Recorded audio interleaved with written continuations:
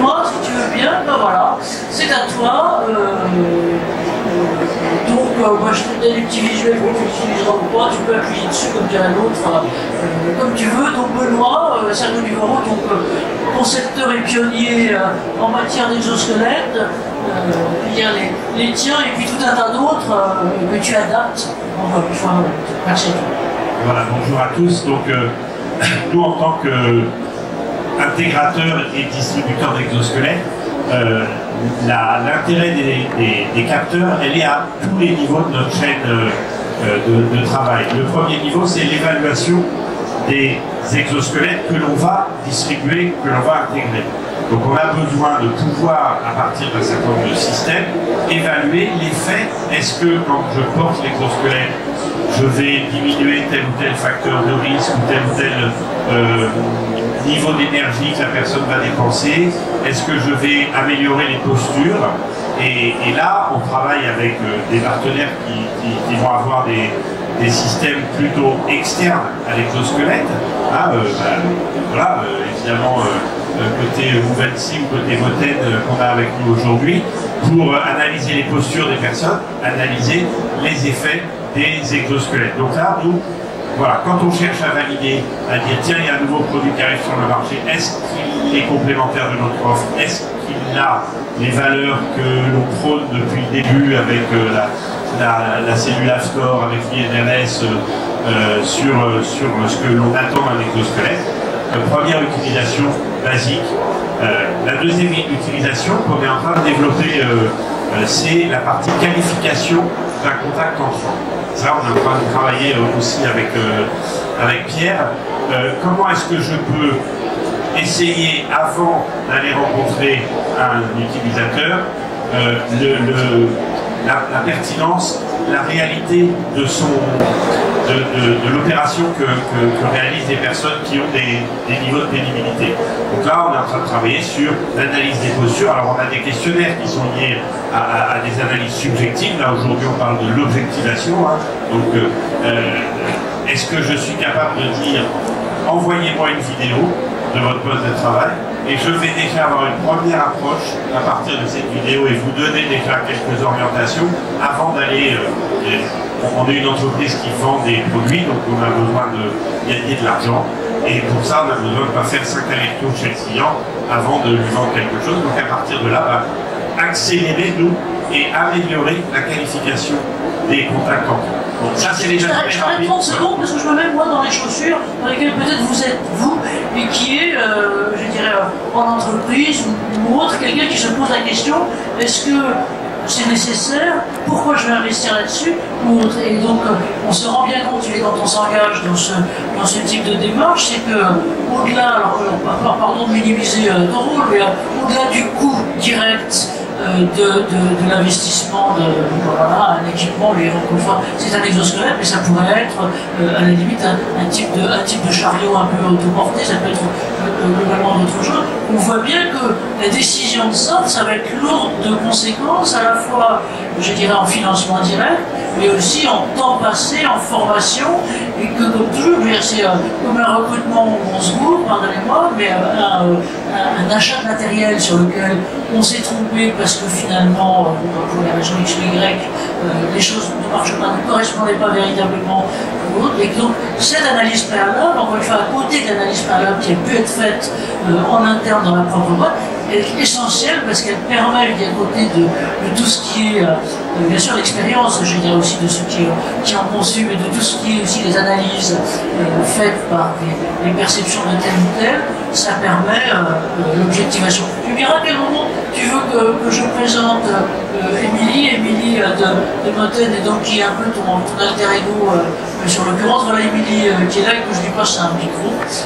Tu me diras. Oui, ça va être justement dans la troisième partie qui est l'évaluation des applications, c'est-à-dire à partir du moment où effectivement on a identifié, qualifié un prospect et identifié vers quelle orientation on pourra aller. Beaucoup, et dans la méthodologie que l'on a, on demande à l'entreprise de contribuer à l'approche exosquelette en lui proposant une analyse sur le poste de travail en réel. Et donc là, on a avec Moten, et tu pourras l'expliquer, Émilie, plus précisément, la capacité de venir in vivo analyser les efforts musculaires réalisés par la personne avec et sans l'exosquelette. Peut-être que tu peux expliquer un petit peu ce que vous faites. Nous, ça nous est utile à la fois pour voir si on ne s'est pas trompé dans l'orientation qu'on a donnée, et puis le client pour dire oui, effectivement, ça va diminuer d'un pourcentage, ça ne veut pas dire énormément, mais c'est le gap qui est important. Si ça diminue de 2% l'activité musculaire ou les efforts, ou si ça diminue de 30%, c'est pas tout à fait la même chose. Et puis ce qui nous intéresse aussi, parce qu'on veut avoir une approche très transparente avec le client, c'est est-ce que les efforts que je ne fais pas avec certains groupes musculaires ne sont pas reportés sur des groupes musculaires risqués, qui présentent des risques. Je prends l'exemple toujours, il ne faut pas que je diminue l'effort des épaules pour augmenter les efforts du dos. Donc là, on a...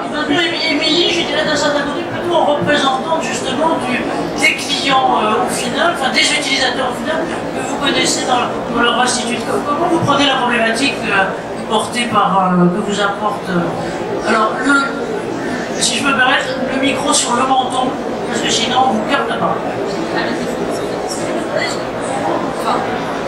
Du coup, c'est les interactions qu'on a avec les fournisseurs d'exosquelettes. Qu'est-ce que vous apportez les clients? Ah, qu'est-ce qu'on apporte aux clients? Plein de choses.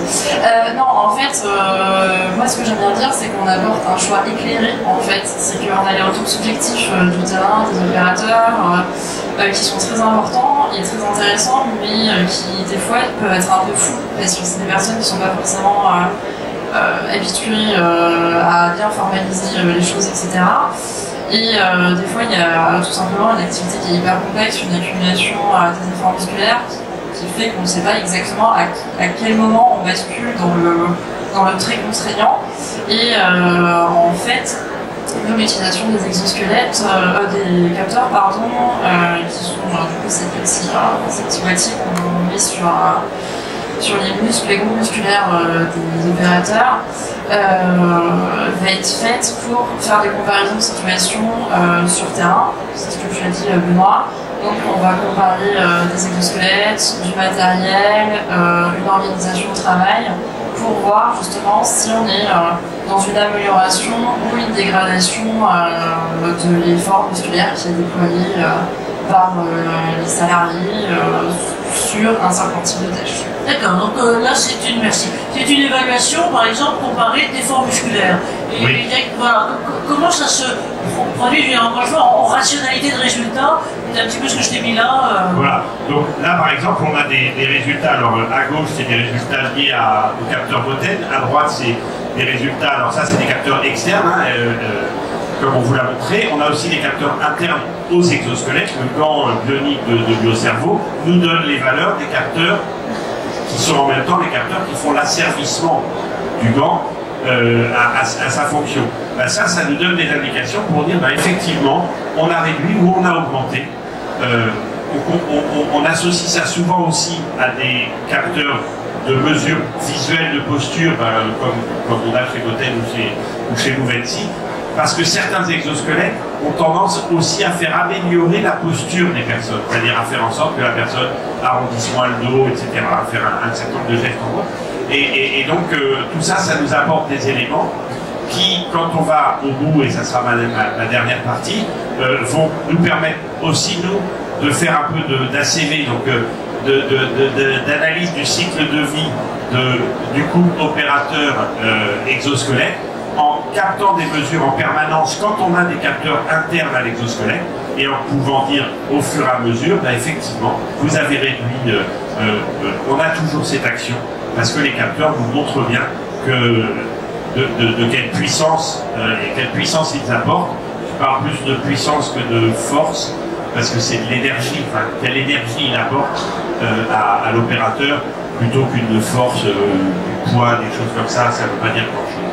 Et donc ça va vraiment jusqu'au bout de l'analyse du cycle de vie, et voire en continu, pendant toute la durée de vie, puisque maintenant il y a des exosquelettes pour des capteurs et qui peuvent remonter des datas en permanence chaque fois qu'on les utilise. Voilà, pour ne pas être trop long. Mais Oui, ça nous donne un petit peu l'ensemble des effectivement, aspects où c'est l'objectivation. vraiment du début à la fin de notre processus.